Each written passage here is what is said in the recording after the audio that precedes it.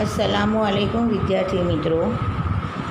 जनाब Babubhai सोपारीवाला girls primary school आज तारीख 5/10/2020 सोमवार ધોરણ 6 વિષય ગણિત પ્રકરણ 7 અપૂર્ણાંક સંખ્યાઓ એમાં સ્વાધ્યાય 7.1 અગાઉ આપણે સ્વાધ્યાય 7.1ના 1 થી 5 સુધીના દાખલા ગણ્યા। હવે આ સ્વાધ્યાયના આગળના દાખલાની સમજૂતી મેળવીશું અને ગણતરી કરીશું। દરેક વિદ્યાર્થીનીઓએ દરેક દાખલા રકમ લખીને નોટમાં લખવાના રહેશે, બરાબર। ચલો, દાખલો નંબર 7, એની રકમ છે: કંચન કપડાને ડાય કરે છે, તે 30 કપડાને ડાય કરે છે, તેમાંથી તેણે 20 કપડાને ડાય કરી લીધી હતી, તો તેણે કેટલામા ભાગના કપડાને ડાય કરી? કેટલામો ભાગ શોધવાનો હોય તો આપેલી સંખ્યાને અપૂર્ણાંક સ્વરૂપે લખવી પડે, બરાબર। ચલો, કંચન કુલ કેટલા કપડાં લઈને ડાય કરવા બેસે છે?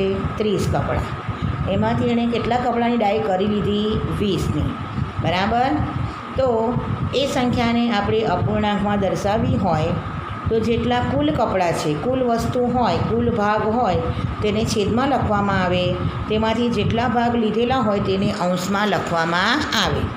તો આપણે અહીંયા લખીશું કે ભાઈ ડાય કરેલા કપડાની સંખ્યા તે લખાશે અંશમાં અને કુલ કપડાની સંખ્યા એ લખાશે છેદમાં, બરાબર। એટલે ઉપર આવશે ડાય કરેલા કપડાની સંખ્યા અને છેદમાં કુલ કપડાની સંખ્યા। ચલો, હવે એને સંખ્યાના સ્વરૂપમાં લખીએ તો ડાય કરેલા કપડાની સંખ્યા કેટલી છે? 20 અને કુલ કપડાની સંખ્યા કેટલી છે? 30। એટલે અંશમાં આવશે 20 અને છેદમાં આવશે 30, બરાબર। ચલો, હવે એના આપણે અવયવ પાડીએ અથવા એક શૂન્ય કાઢી નાખીશું તો પણ જવાબ આપણને મળશે 2/3। અવયવ પાડીએ તો 10 દુ 20 અને 10 તાલી 30।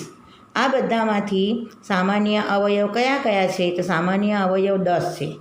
એ 10 અંશમાંથી પણ નીકળી જશે અને છેદમાંથી પણ નીકળી જશે, એટલે આપણી પાસે જવાબ વધશે 2/3, બરાબર। એટલે જવાબ લખાશે કે કંચને 2/3 ભાગના કપડાને ડાય કરી, બરાબર। કુલ સંખ્યા હોય તેને છેદમાં લખાય, તેમાંથી લીધેલી સંખ્યા તે અંશમાં લખાય અને તેના અવયવ પાડીને સામાન્ય અવયવ દૂર કરી તેનું અતિ સંક્ષિપ્ત રૂપ આપીને આપણે સંખ્યાને અપૂર્ણાંક સ્વરૂપમાં શોધી શકીએ છીએ, બરાબર। ચલો, હવે આગળનો દાખલો જોઈએ। દાખલો નંબર 8, 2 થી 12 સુધીની પ્રાકૃતિક સંખ્યાઓ લખો, તેમાંના કેટલામા ભાગની અવિભાજ્ય સંખ્યાઓ છે તે અપૂર્ણાંક સ્વરૂપે દર્શાવો।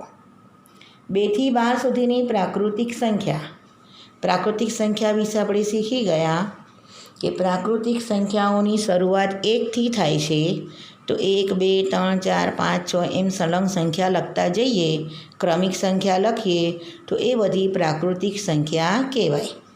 તો 2 થી 12 સુધીની પ્રાકૃતિક સંખ્યાઓ લખવાની છે, તો આપણે પહેલાં હેડિંગ લખીશું 2 થી 12 સુધીની પ્રાકૃતિક સંખ્યાઓ કઈ કઈ આવશે? તો 2 થી 12 સુધીની પ્રાકૃતિક સંખ્યાઓમાં સળંગ લખીએ ક્રમ પ્રમાણે તો 2 3 4 5 6 7 8 9 10 11 12, બરાબર। કુલ કેટલી થાય ગણો? 1 2 3 4 5 6 7 8 9 10 11, કુલ 11 સંખ્યાઓ થઈ પ્રાકૃતિક 2 થી 12 સુધીની। ચલો, હવે એમાંથી અવિભાજ્ય સંખ્યા કઈ? બરાબર। તો અવિભાજ્ય સંખ્યા વિશે પણ આપણે અગાઉ શીખી ગયા કે જે સંખ્યાઓના ફક્ત 2 જ અવયવ પડે તેવી સંખ્યાને અવિભાજ્ય સંખ્યા કહે છે। અને તેનો કોઠો પણ મેં તમને લખાવ્યો છે કે ભાઈ 1 થી 10 સુધીમાં કઈ કઈ સંખ્યા અવિભાજ્ય, 11 થી 20માં કઈ આવે, 21 થી 30માં કઈ આવે, બરાબર। તો આપણે અહીંયા 2 થી 12 સુધીમાં આવતી અવિભાજ્ય સંખ્યા શોધવાની છે। તો 2 થી 12 સુધીમાં આવતી અવિભાજ્ય સંખ્યા છે 2 3 5 7 11। કેટલી થઈ કુલ 5 બરાબર. એટલે 2 થી 12 સુધીની પ્રાકૃતિક સંખ્યાઓમાં 2, 3, 5, 7, 11 એ અવિભાજ્ય સંખ્યાઓ છે. તો હવે આપણને સવાલ પૂછેલો છે કે કેટલામાં ભાગની અવિભાજ્ય સંખ્યાઓ છે બરાબર.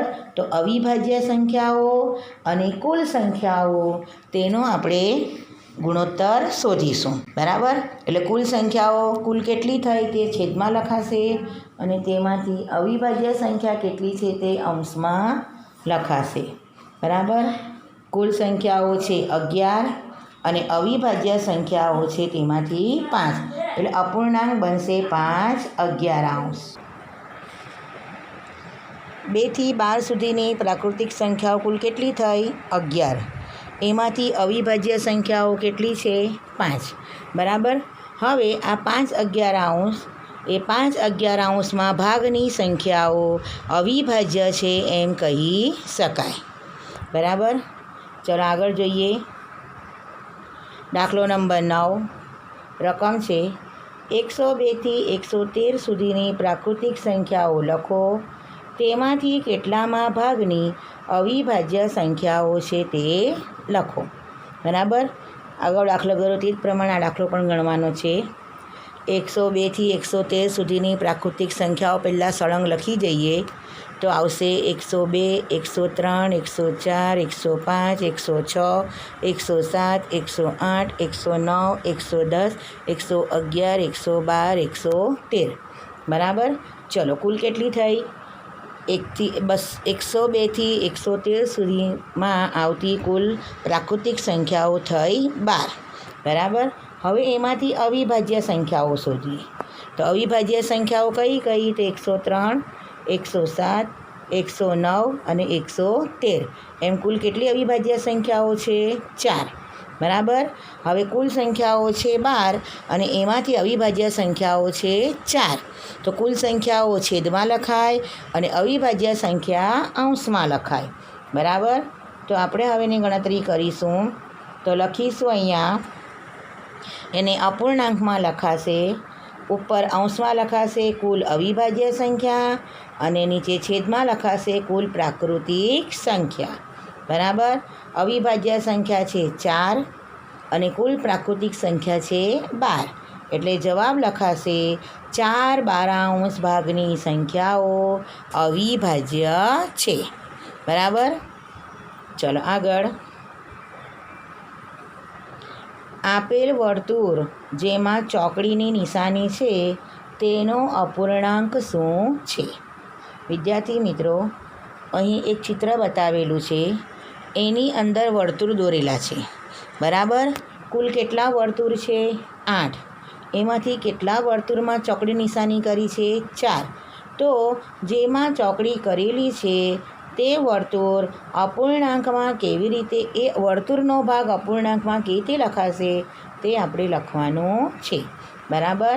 એટલે લખીશું કુલ વર્તુળ છે 8, તેમાંથી ચોકડી કરેલા વર્તુળ છે 4 એટલે કુલ આવશે છેદમાં અને એમાંથી જે 4 વર્તુળમાં ચોકડી કરી છે તે આવશે અંશમાં. એટલે આપણે એને લખીશું માટે અપૂર્ણાંક બરાબર અંશમાં આવશે ચોકડી કરેલા વર્તુળ અને છેદમાં આવશે કુલ વર્તુળ બરાબર.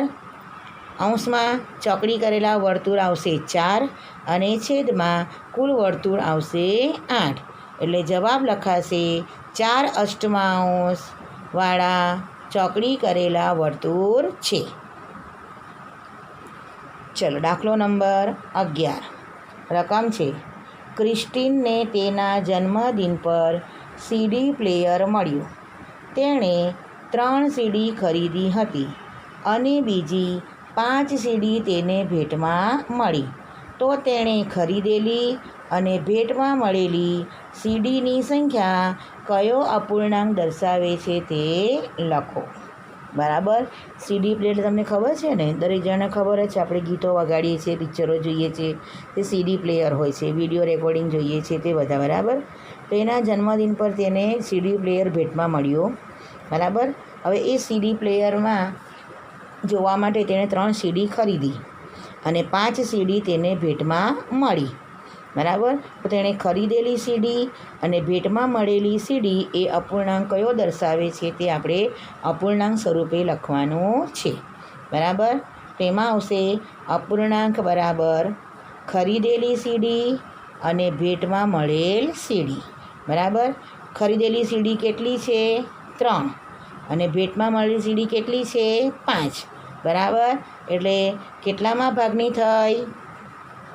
તો આવશે 3/5 ભાગની સીડી એ એનો અપૂર્ણાંક દર્શાવે છે. બરાબર. જો વિદ્યાર્થી મિત્રો, સ્વાધ્યાય 7.1ના દાખલા અહીં પૂર્ણ થાય છે. જેટલા દાખલા આની અંદર ગણાવવામાં આવ્યા તે દરેક દાખલા રકમની સાથે તમારે ગણિતની નોટમાં વ્યવસ્થિત લખવાના રહેશે. Thank you.